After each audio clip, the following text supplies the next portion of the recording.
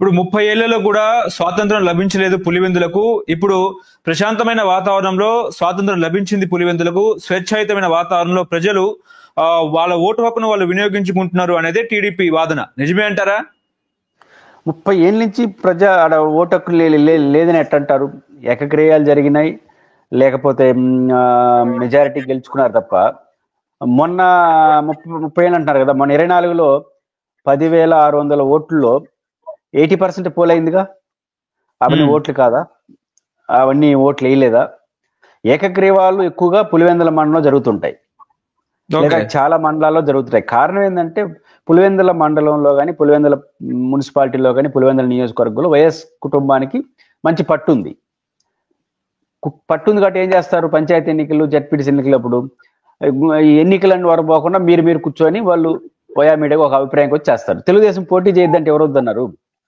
ఈరోజు ఒకవేళ వైఎస్ఆర్ కాంగ్రెస్ పార్టీ అధికారంలో ఉన్నప్పుడు మీరు పోటీ చేయడానికి ఇబ్బంది పడొచ్చేమో మీ లెక్క ప్రకారం, ఎందుకంటే ఇబ్బంది పెడతారని. మీరు కూడా 20-30 ఏళ్ళు అధికారంలో ఉన్నారు కదా రాష్ట్రంలో, అప్పుడు జరిగినాయి కదా. అప్పుడు ఎందుకు పెట్టలేదు మీరు? వైసీపీ అధికారంలో ఉన్నప్పుడు పోలీసులు వాళ్ళ వైపు ఉన్నారు, మీరు అధికారంలో ఉన్నప్పుడు ఎందుకు పెట్టలేకపోయారు ఎలక్షన్స్? కాబట్టి ఇది సరి కాదు. ఇప్పుడు ఇనానమస్లు ఎక్కువ కాలం పాటు జరుగుతుందంతా స్వతంత్రం రాలేదంటే చాలా ప్రాంతాలు ఎన్నుకోవాల్సి వస్తుంది ఇట్లా. కాబట్టి ఖచ్చితంగా వాళ్ళ అజమాయిషి కారణంగా ఇనానమస్లు అయ్యా తప్ప ఏదో నియంతృత్వం ఇంకోటి అయితే కరెక్ట్ కాదు. ఓకే, ఇప్పుడు రాష్ట్ర రాజకీయాలను మలుపు తిప్పిన పులివెందుల ఒంటిమిట్ట ఎన్నికలు ఎవరు గెలిచే అవకాశం ఉంది? రేపు ఫలితాలు ఏ రకంగా ఉండే అవకాశం ఉంది? ఒకవేళ టీడీపీకి అనుకూలంగా ఫలితాలు వస్తే రాష్ట్ర వ్యాప్తంగా టీడీపీ ప్రభంజనం, లేదు కాదు వైసీపీకి అనుకూలంగా ఫలితాలు వస్తే ఎట్లా ఉండే అవకాశం ఉంది వైఎస్ఆర్సీపీకి? పులివెందుల ఫలితం, ప్రజల ఓటింగ్, కుప్పం ప్రజల తీర్పు ఓటింగ్ అనేది రాష్ట్ర ప్రజల్ని ప్రతిబింబించదు. కుప్పంలో చంద్రబాబు గారి మార్కు రాజకీయం ఉంటుంది, ఇక్కడ వైసీపీ జగన్మోహన్ రెడ్డి గారి మార్కు, అంటే ఇలా వ్యక్తులు ముందుకు వచ్చేస్తారు.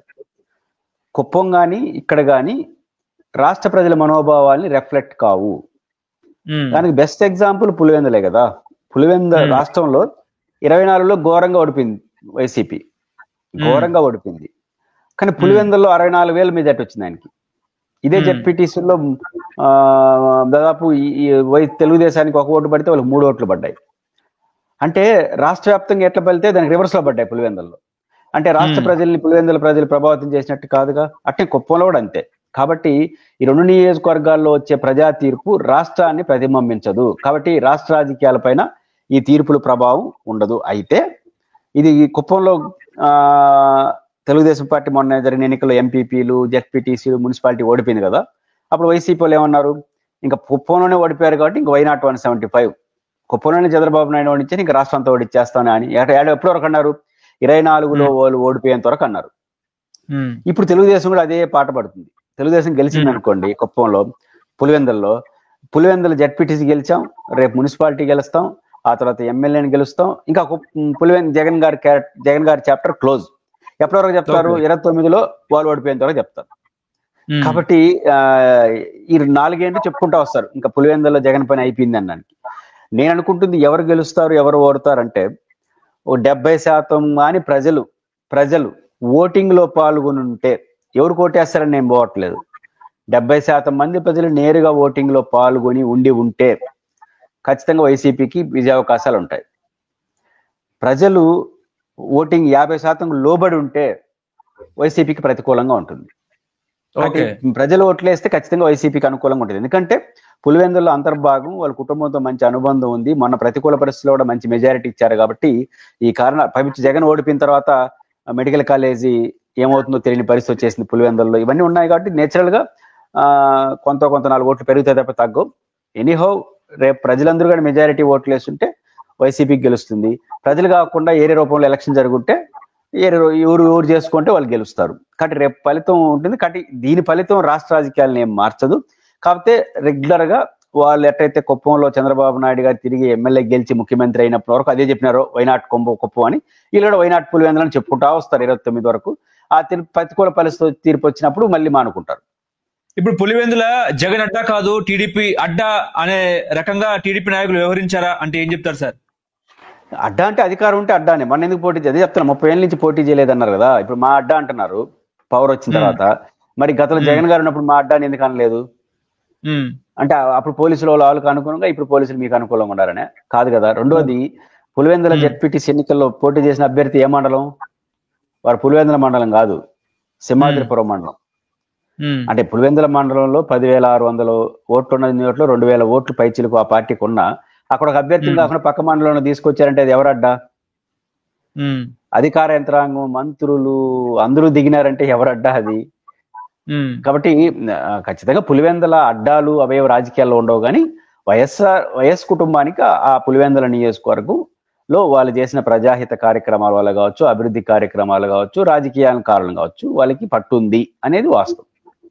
ఇప్పుడు ఇవాళ ప్రెస్ మీట్ చూసిన తర్వాత జగన్మోహన్ రెడ్డి పులివెందుల ఒంటిమిట్ట ఉప ఎన్నికల్లో ఓడిపోతున్నామనే సంకేతం ఇచ్చారా అంటే ఏం చెప్తారు? ఎన్నికలే జరగలేదని కదా ఆయన చెప్పింది.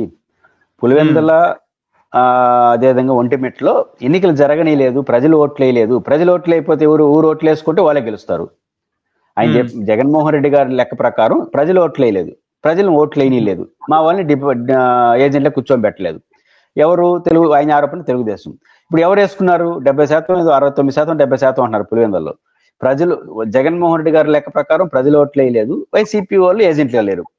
ఆయన 70% ఓటు పోలేదంటే ఎవరు వేసుకున్నట్ట 70% ఓట్లు? కాబట్టి ఓడిపోతున్నట్టు ఆయన అంగీకరించడం కాదు, ఎలక్షన్ జరగలేదని చెప్పాడు. ఎలక్షన్ జరగలేదు కాబట్టి ప్రజలు ఓటీలేదు కాబట్టి ఇంకా వైసీపీ ఆ 2 జెడ్పీటీసీల పైన ఆశలేం పెట్టుకోవట్లేదు. ఒక న్యాయ పోరాటం వైపు వెళ్తుంది. న్యాయ పోరాటంలో ఏం జరిగితే అది జరుగుతుంది. కానీ నిజంగా నిన్న జరిగిన ఎన్నికలు చంద్రబాబు నాయుడు ఆ ఎన్నికలను హైజాక్ చేసుకున్నారు. ఆయన రాష్ట్ర ప్రభుత్వ పోలీసు యంత్రాంగం మీద ఆయనకు నమ్మకం లేదా? అందుకే మళ్ళీ కేంద్ర బలగాలను రంగంలోకి దింపి మళ్ళీ రీపోలింగ్ జరిపించేలా ఉండాలని కూడా ఆయన మాట్లాడారు. ఏం చెప్తారు సార్? నిస్సందేహం కదా, ఇప్పుడు రాష్ట్ర ప్రభుత్వ అజమాయిషిలో ఉన్న పోలీస్ వ్యవస్థ అయినా ఇంకోటైనా సహజంగా అధికారంలో ఉన్న వాళ్ళ వైపు వెళ్తున్నారు. గత 10-15 ఏళ్ళుగా వాళ్ళు ఏం చెప్తే అది వింటున్నారు. ఈ ప్రభుత్వాన్ని కాదు, ఆ ప్రభుత్వాన్ని కాదు. సహజంగా మళ్ళీ ఎన్నికలు రీపోలింగ్ పెట్టినా వీళ్ళే పెడితే మళ్ళీ వాళ్ళు అదే పాత్ర పోషిస్తారు. ఎందుకంటే ఇంకొంచెం గట్టిగా చేస్తారు. ఎందుకంటే దాని రివర్స్ లో జరిగితే మీరు అప్పుడు తప్పు చేశారంటారు. కాబట్టి ఖచ్చితంగా జగన్మోహన్ రెడ్డి గారు ఎన్నికలు పెట్టనీయకుండా అధికార యంత్రాంగం ఉందన్న అనుమానానికి వచ్చిన తర్వాత ఆయన ఖచ్చితంగా సెంట్రల్ ఫోర్స్ ని అడుగుతారు. అది పెద్ద ఆశ్చర్యపోవాల్సిన అవసరం లేదు. ఓకే, కానీ ఇప్పుడు నిన్న ఓవరాల్ గా చూసుకుంటే పోలీసులు కూడా అత్యుత్సాహం ప్రదర్శించారా అంటే ఏం చెప్తారు? ఖచ్చితంగా ప్రదర్శిస్తారు కూడా. అధికారంలో ఉన్న పార్టీ వాళ్ళు హుందాగా వ్యవహరించకపోతే కింద వ్యవస్థ కూడా అట్లే ఉంటుంది. కాబట్టి అధికారంలో ఉన్న వాళ్ళు హుందాగా వ్యవహరించినప్పుడు కింద వ్యవస్థ మాత్రం అందుకంటే ఉల్టాగా ఉండదు. కొంతమంది అధికారులు కొంచెం అత్యుత్సాహంగా చూపిస్తూ ఉంటారు. కానీ ఎంత నిజాయితీగా, ఎంత ఇండిపెండెంట్ గా ఉన్నా కూడా అధికారంలో ఉన్న వాళ్ళు పద్ధతిగా లేకపోతే వ్యవస్థలు పద్ధతిగా నడవు. ఓకే, హలో, తెలుగు రాజ్యం ఛానల్ చూస్తున్నారా? సామాజిక, రాజకీయ, జీవన చిత్రణే తెలుగు రాజ్యం. అతిశయోక్తులు, అసత్యాలు ఉండవు. రాజకీయ కోణం కాదు, ప్రజా కోణమే కొలబద్ద. తెలుగు రాజ్యం వీక్షణ మీ ఉత్తమ అభిరుచికి నిదర్శనం.